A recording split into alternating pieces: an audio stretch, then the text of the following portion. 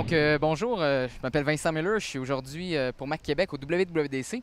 Je suis avec Philippe Casgrain du podcast de Cocoa CacaoCast. CacaoCast. Oui. Euh, D'abord, c'est quoi tes impressions sur le WWDC? Ah, ben c'était vraiment très bien. Il y avait beaucoup de monde, une très bonne ambiance, beaucoup de nouvelles personnes aussi, beaucoup de nouveaux visages. C'était vraiment intéressant pour ça. Donc, je pense qu'ils ont dit qu'il y avait presque 65% de nouvelles personnes. Alors, ça s'est vendu très rapidement, mais on a du nouveau monde aussi, ce qui est vraiment bien dans l'environnement Mac et iOS. Ça, c'est la première impression. À part de ça, tout ce qui était nouveau est ancien, et tout ce qui est ancien est nouveau, tout a été changé, là. C'est vraiment une modification substantielle. C'est-tu ta première fois au WWDC? Non, pour moi, c'est environ ma quatrième, mais ça fait 3 ans que je ne suis pas venu. Donc, j'ai manqué les 2 dernières et puis cette année, ça n'a pas déçu. C'était vraiment ce à quoi on s'attendait pour une conférence de développement. Vous avez probablement entendu parler de ce qui a été annoncé le matin pour la plupart des gens, pour les consommateurs, comme un nouveau Mac Pro, des choses comme ça. Mais pour les développeurs, le reste de la conférence a été vraiment beaucoup de bonbons pour les développeurs. C'était vraiment excellent. Ouais, il y a beaucoup de stocks qu'on peut malheureusement pas parler, Pas mais encore. très intéressant. D'abord, au niveau des OS, c'est quoi, premièrement, tes impressions sur le nouveau système? Parce que, bon, ils ont changé beaucoup de choses, en arrière comme en avant au niveau visuel. C'est quoi tes impressions sur le visuel plus d'iOS 7? Oui, justement, j'allais dire, tu dois parler de iOS 7 parce que le nouveau macOS 10.9 Maverick, c'est pas si différent que ça de l'autre.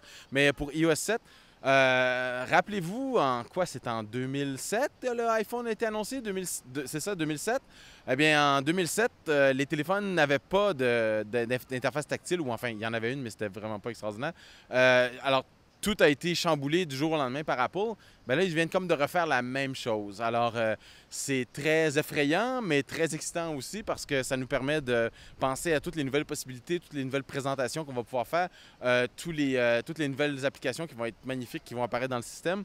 Et vraiment, le thème de ces applications-là, ça va être d'avoir le contenu de l'usager directement présenté de la meilleure façon possible, avec le moins de fioritures possible. Donc, on va vraiment mettre votre contenu, vos photos, vos messages, vos communications, toutes ces choses-là vraiment vont être au centre de l'appareil plutôt que de dire on va avoir toutes sortes de boutons, de gradients, de choses comme ça autour. C'est vraiment, c'est passionnant. Cool. Puis là, tu parlais aussi de Mac. En fait, justement, ils ont fait une mise à jour pour jusqu'à 10.9. Ils ont changé un peu le style. Au lieu d'aller dans les félins, ils sont allés vers Maverick. Euh, là, j'ai vu que tu l'avais installé, toi, sur ton Mac. Comment tu le trouves un peu? Est-ce qu'il y a beaucoup de bugs ou est-ce que ça roule assez bien, là, quand même? Ouais, disons que pour une version développeur, parce que c'est même pas une version bêta, c'est une version, ils appellent ça Developer Preview, c'est un DP. Et pour une version DP, c'est extrêmement stable. Je suis extrêmement satisfait. Ceci dit, il faut se rappeler que quand ils ont sorti macOS 10.7 et ensuite 10.8, ils ont annoncé un cycle plutôt annuel de mise à jour. Alors, c'est pas vraiment surprenant qu'on ait un 10.9 aussi rapidement.